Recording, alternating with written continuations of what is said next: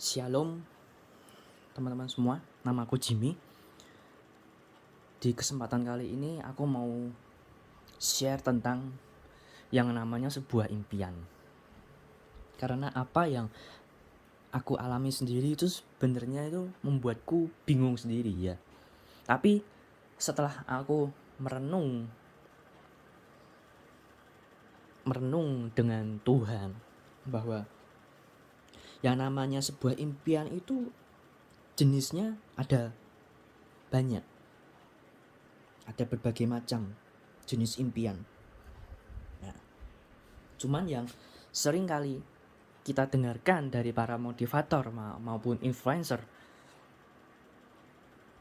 kita itu diajak untuk berani bermimpi besar, ya, dare to dream big.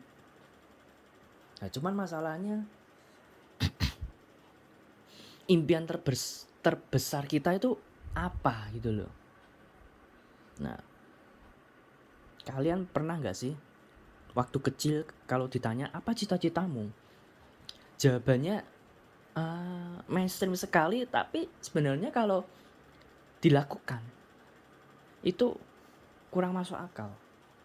Contoh, dulu aku ditanyai cita-citamu apa gitu, itu waktu SD. Udah lupa aku kelas berapa itu, kelas 3 atau kelas 2. Cita-citamu apa? Aku langsung jawab jadi pembalap gitu, pembalap mobil. Karena dulu aku sering main PS tentang balapan, sering main PS balapan gitu.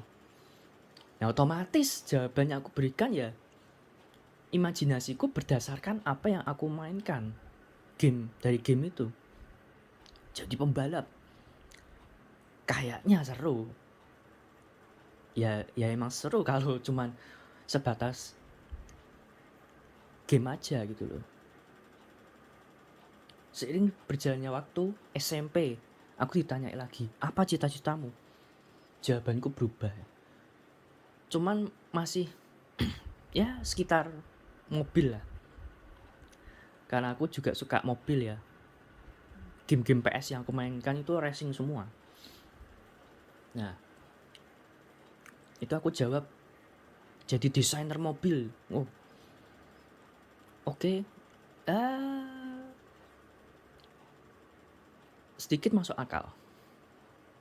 Ya. Lalu SMA.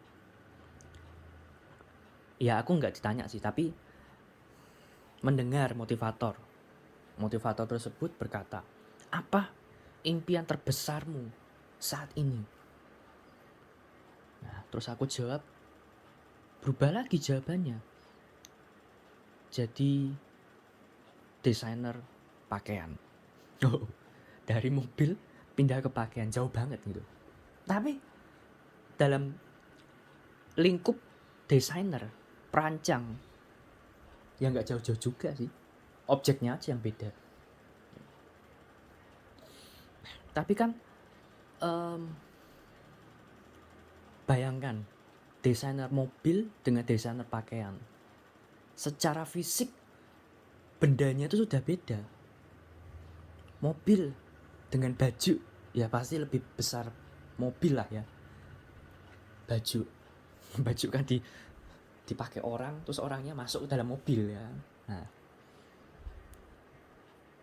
terus beranjak ke masa kuliah. Nah itu aku baca satu buku dari influencer yang ternama di Indonesia ya, termasuk yang ternama di Indonesia dan bahkan terkenal di luar negeri. Dan itu buku itu juga isinya tentang impian gitu. Dan terus gue jawab dalam hati, bukan pembalap mobil, bukan perancang mobil, bukan perancang pakaian, tapi jadi macam-macam, fotografer, videografer, sekaligus editor. Berarti kan di ruang lingkup multimedia ya kan. Beda lagi, geser lagi. Objeknya pun semakin kecil. Kan kalau fotografer dan videografer, pegangan pastinya itu kan kamera. Kamera itu lebih kecil daripada baju. Dan baju lebih kecil daripada mobil. Jadi semakin mengecil objeknya. Cuman ya ruang lingkupnya sama. Perancang gitu. Editor kan juga perancang loh. Nah, terus di akhir perkuliahanku, aku masih mempertanyakan, sebenarnya sih apa sih impianku itu? Impian terbesarku itu apa sih? Gak jelas gitu loh. Tapi satu hal yang jelas, bahwa aku ini diciptakan untuk menjadi seorang seniman. Karena apa? Ya coba lihat, dari kecil aku ya kalau SD pembalap itu bukan seniman sih, tapi olahragawan ya. Tapi mulai dari desainer mobil, perancang mobil itu kan kalau bukan orang seni gak mungkin bisa toh. Seorang perancang itu kan hubungannya dengan dunia seni. Nah, setelah itu aku tidak mempertanyakan apa impianku gitu. Nah terus suatu ketika di tahun ini ya, sudah 3 bulan apa 4 bulan yang lalu, aku ditanya lagi, apa impian terbesarmu saat ini? Aduh, gile. Itu temanku yang tanya itu. Apa ya?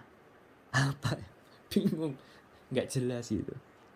Nah terus temanku tuh mengarahkan, yang ujung-ujungnya, karena aku sebagai laki-laki dan aku sudah bekerja, maka ujung-ujungnya ya rumah. Itu yang paling masuk akal. Aduh, kok rumah ya? Rumah itu kan materi kan. Dan semua laki-laki di dunia ini pasti menginginkan rumah. Ya, karena kebutuhannya sudah pasti untuk keluarganya kelak. Kok sama ya? Mainstream banget gitu loh. Kalau dibandingkan dengan impianku di masa kecil itu nggak sebanding gitu. Dibandingkan dengan impianku waktu SMP nggak sebanding. Nah terus aku mikir lagi toh, nggak mungkin impianku cuma segini doang gitu. Kok makin lama standarnya itu makin turun, dikorting terus gitu. Dari SD ke SMP dikorting, dari SMP ke SMA dikorting, dari SMA ke kuliah dikorting. Terus sekarang saat bekerja, impiannya tuh jadi impian yang receh banget gitu loh. Kalau para motivator menantang kita semua sebagai pendengar, apa impian terbesarmu? What is your big dream? Yang paling gede, the biggest dream itu apa? Nah, semalam aku sudah merenungkan bersama dengan Tuhan bahwa impian itu terbagi menjadi 3 yang aku dapatkan. Impian yang tujuannya untuk diri sendiri. Yang kedua, impian yang tujuannya untuk sesama manusia. Dan yang ketiga, impian yang tujuannya untuk Tuhan. Ada 3. Impian yang secara pribadi itu impian yang egois. Yang kedua, impian yang untuk kepentingan orang lain, untuk kepentingan sesama kita, bahkan untuk orang tua kita sendiri. Bisa jadi naif. Lalu yang ketiga, impian untuk Tuhan. Bisa jadi egois dan naif juga. Nah, jadi yang benar mana? Nggak ada yang benar sih. Karena tidak ada yang benar dan tidak ada yang salah. Semua impian itu baik adanya. Ya. Tapi berlandaskan firman Tuhan atau tidak? Lah itu pertanyaannya. Jadi begini, kalau selama kita mengimpikan hanya untuk kepuasan diri kita sendiri, sudah pasti itu impian yang egois. Meskipun kamu berkata, aku pengen punya rumah, itu impian terbesarku. Tapi coba kalian tengok kanan, tengok kiri. Orang-orang yang di sebelah-sebelahmu itu juga menginginkan hal yang sama gitu loh. Itu sebetulnya bukan impian, tapi keinginan pribadi. Dan tujuannya memang untuk membangun keluarga kecilmu kelak. Tapi itu sebetulnya keinginan pribadi, keinginan egois.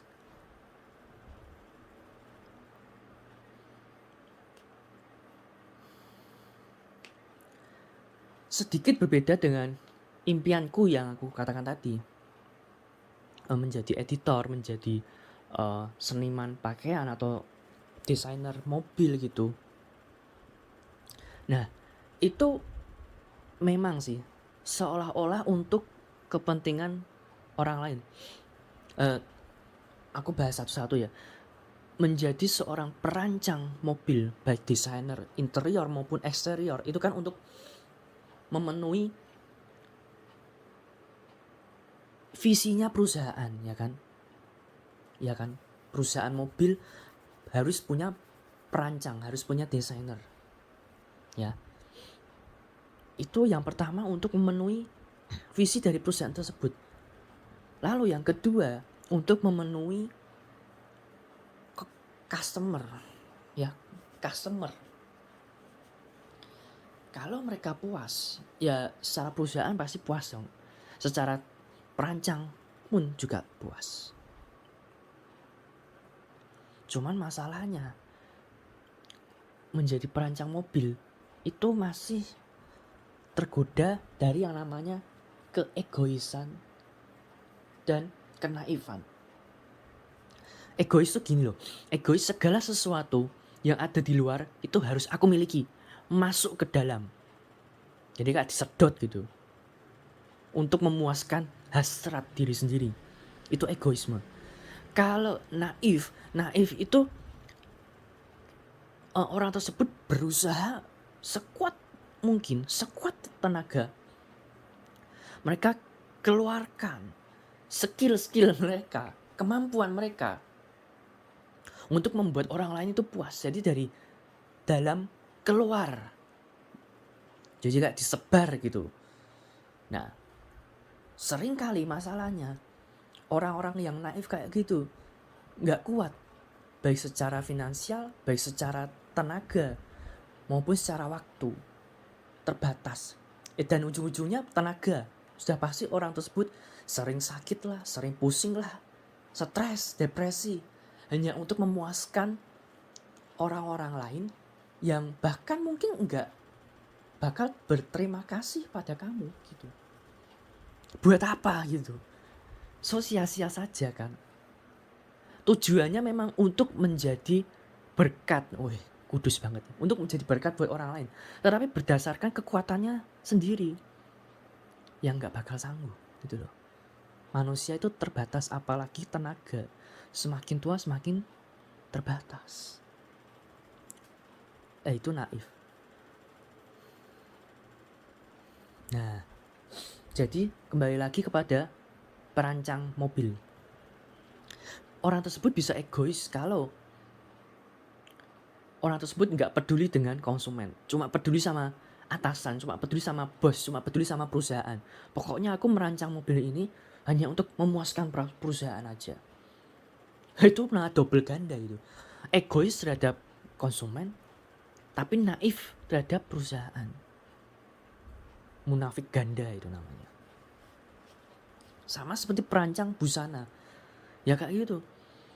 Kalau orang merancang pakaian nggak memenuhi eh, keinginan konsumen, ya sama saja bohong gitu loh.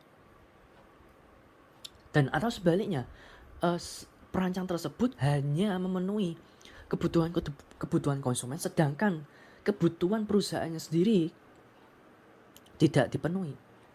Ya auto pecat itu pasti. Mending lo buka usaha sendiri aja gitu, nggak usah ikut gue gitu, kata si bos. Ya tapi kalau selama ini ya kita tahu, kita melihat bahwa perancang busana itu juga butuh orang. Kalau mau bangun usaha sendiri, mau bangun firma sendiri, pasti butuh orang. Nggak cuman one man show gitu, nggak mungkin, nggak bakal kuat. Tenaga, sekali lagi tenaganya nggak bakal kuat gitu. Nah terus editor,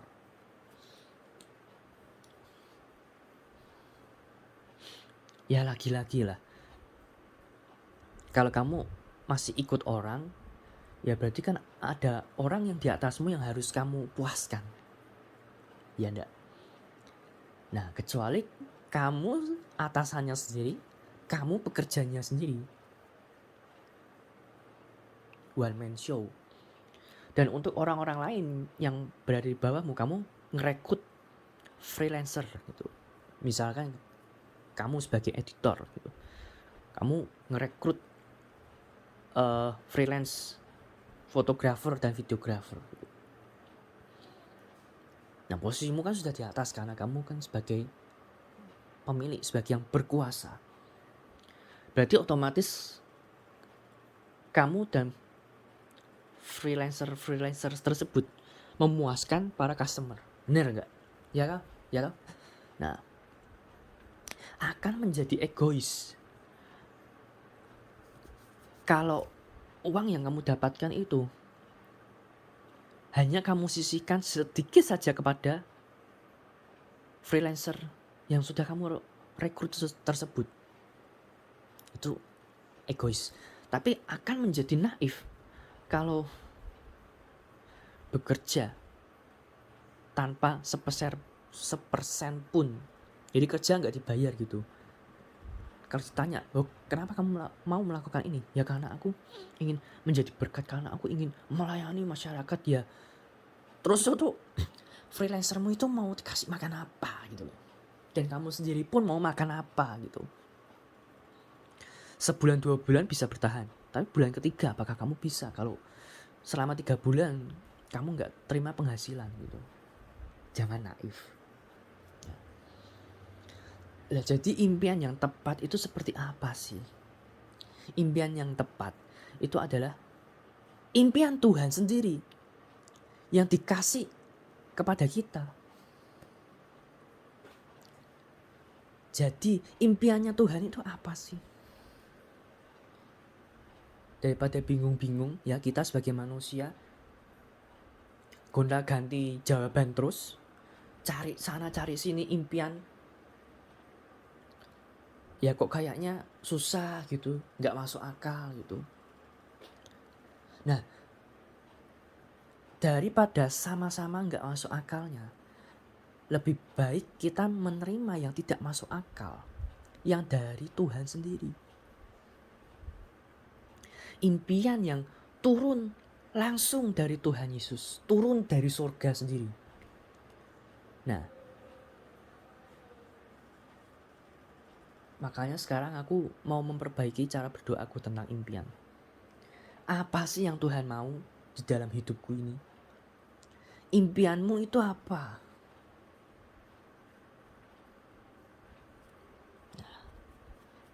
Maka akan paling enak dan paling aman kalau kita berjalan berdasarkan apa yang Tuhan mau. Kita lakukan segala aktivitas kita, segala kehidupan kita dari apa yang Tuhan mau.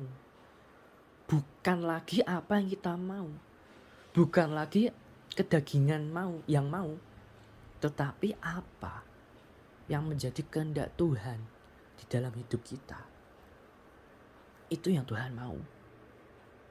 Kita semua, Tuhan mau kita semua untuk berjalan berdasarkan kehendaknya. Jadi sekarang kalau aku ditanya, misalkan ditanya itu ya, apa impianmu yang paling gede gitu, yang melakukan kehendak Bapa? Jawabannya Tuhan Yesus banget ya. Nah, tapi dari situ jangan terus terlena dalam tanda kutip dengan jawaban itu. Terus kita bermalas-malasan, nggak bekerja gitu, nggak cari duit gitu, ya enggak. Tetap bekerja, tetap berusaha menabung ya, terutama ya, berusaha menabung. Kalau misal benar-benar ingin rumah, nah ini rumah apa yang Tuhan mau, bukan apa yang kita mau. Karena seringkali begini, orang tersebut kalau sudah bisa membeli rumah, mendapatkan rumah tersebut, mereka itu kayak sedikit kecewa. Karena apa? Karena apa yang mereka dapatkan itu nggak sesuai dengan ekspektasi mereka. Mungkin rumah tersebut tampak luarnya, wih ini rumah yang aku inginkan. Begitu masuk, loh kok gini? Nah, loh itu padahal berkat Tuhan sendiri loh. Berkat Tuhan sendiri. Kamu dikasih tenaga untuk bekerja, mengolah uangmu terkumpul, terus bisa beli rumah. Rumah yang kamu impikan, rumah yang kamu impikan selama ini. Tetapi begitu kamu lihat interiornya, loh kok gini? Lah terus Tuhan langsung nyeluk, loh kan aku sudah kasih rumah toh, kok kamu kecewa? Nah, lebih baik impian rumahmu itu kamu kasih ke Tuhan. Tuhan ACC enggak? Kalau Tuhan enggak ACC, ya sudah terserah Tuhan, biar Tuhan yang nyari gitu loh. Bukan berdasarkan kekuatan kita, tetapi Tuhan sendiri yang menentukan. Dan kalau Tuhan yang kasih sendiri rumah tersebut, kita pasti puas. Daripada kita sudah nyari, kita sudah beli, nggak sesuai dengan ekspektasi kita. Mendingan Tuhan aja lah yang nyari lah. Tuhan yang ngasih rumah, ya toh. Tuhan yang ngasih, bukan terus turunin rumah dari atas ke surga itu ndak, lewat uang. Ya. Uangnya bisa lewat orang lagi. Dan orangnya bisa lewat mana gitu. Itu jalan Tuhan lah. Makanya sekarang kayak aku pun juga perlu rumah gitu loh untuk keluarga kecilku kelak gitu. Tapi rumah sudah pasti tiap tahun naik kan. Mungkin ya tiap 6,5 tahun, 6 bulan sekali itu naik. Mungkin. Aku kurang tahu sih. Tapi yang pasti setiap tahun itu naik. Dan naiknya tuh cukup tinggi. Apalagi tahun-tahun ini ya kan. Tahun-tahun yang nggak mengenakan gitu. Tahun 2022 pun nanti akan terjadi inflasi gitu. Yang cukup besar di bahan-bahan pokok gitu. Nah jadi tanah dan rumah itu kemungkinan naiknya agak tinggi. Nah terus kita sudah bekerja gitu, banting tulang, nabung gitu. Dan ternyata rumah impian kita harganya melambung tinggi kan, kayak jadi kecewa gitu kan. Aku sudah bekerja lama, sudah bekerja banting tulang, capek, hampir sakit, bahkan sudah jatuh sakit. Nah itu nggak ngandalkan Tuhan sih. Kalau ngandalin Tuhan, ya pokoknya aku bekerja dengan sekuat mungkin, bekerja banting tulang, ya jangan sampai sakit juga gitu ya kan. Buat apa sampai jatuh sakit gitu. Tetap sadar kondisi tubuh sendiri ya. menabung. Nah, berdoa lagi kepada Tuhan, Tuhan, rumah apa yang engkau inginkan terhadap hidupku? Rumah apa yang ingin engkau kasih sama aku gitu loh. Dan sekali lagi, itu pun baru perkara rumah ya. Belum yang lain. Rumah itu kan materi, harta yang bisa kita lihat dan bisa kita sentuh. Itu gampang banget bagi Tuhan. Ya. Tuhan tinggal membalikkan tangan, rumah sudah ada gitu. Gampang banget gitu kalau soal harta yang ada di dunia ini. Tetapi yang Tuhan paling suka itu kalau kita melakukan kehendaknya. Bukan kehendak yang bisa dilihat dan disentuh dengan mata telanjang kita dan dengan tangan kita. Tetapi kehendak yang benar-benar kita nggak bisa lihat dan kita nggak bisa sentuh. Tetapi itu berasal dari Tuhan, yaitu firman Tuhan itu sendiri. Melakukan firman Tuhan, itu yang Tuhan suka gitu. Nah, maka dari itu ada yang namanya panggilan.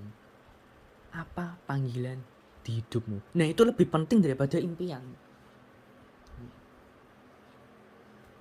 Apa panggilan Tuhan atas hidupmu? Itu justru yang harus kita kejar sampai ketangkep gitu. Bukan impian kita, bukan impian terbesar kita. Karena selama ini kebanyakan orang, 99,9% di dunia ini, impian itu cuma berdasarkan memenuhi kebutuhan pribadi, nafsu, egoisme sendiri. Tapi kalau kita sudah memenuhi panggilan Tuhan,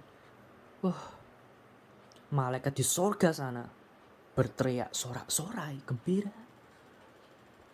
Kita dipuaskan, Tuhan disenangkan, orang-orang lain terberkati. Itu sukacita yang sangat luar biasa, sukacita yang sejati itu. Memenuhi panggilan Tuhan. Nah, jadi buat kalian semua yang mendengarkan, aku mau bertanya kepada kalian, apa panggilan hidupmu saat ini? Apakah kamu sudah tahu atau belum? Kalau sudah tahu, jalankan. Ya, lakukan itu dengan sungguh-sungguh. Dan pastinya berdoa, minta pimpinan Roh Kudus supaya apa yang kamu jalankan itu benar-benar berada di jalannya Tuhan. Kalau belum, cari, tanya. Ya. Tanya pada Tuhan, Tuhan, apa sih yang kamu mau di dalam hidupku? Apa sih panggilanmu atas hidupku? Dan katakan, aku mau melakukannya Tuhan. Karena apa? Melakukan kehendak Tuhan, melakukan kehendak Bapa, melakukan firman Tuhan, itu jauh lebih enak dan membahagiakan daripada sekedar kita mencapai impian kita. Itu loh. Ya. Jadi aku juga berdoa kepada kalian semua yang mendengarkan bahwa pimpin dengan Roh Kudusmu supaya anak-anak yang mendengarkan ini dapat menerima panggilan mereka masing-masing dan dapat menjalaninya dan juga menjadi dampak dan berkat bagi orang-orang di sekitarnya. Amin.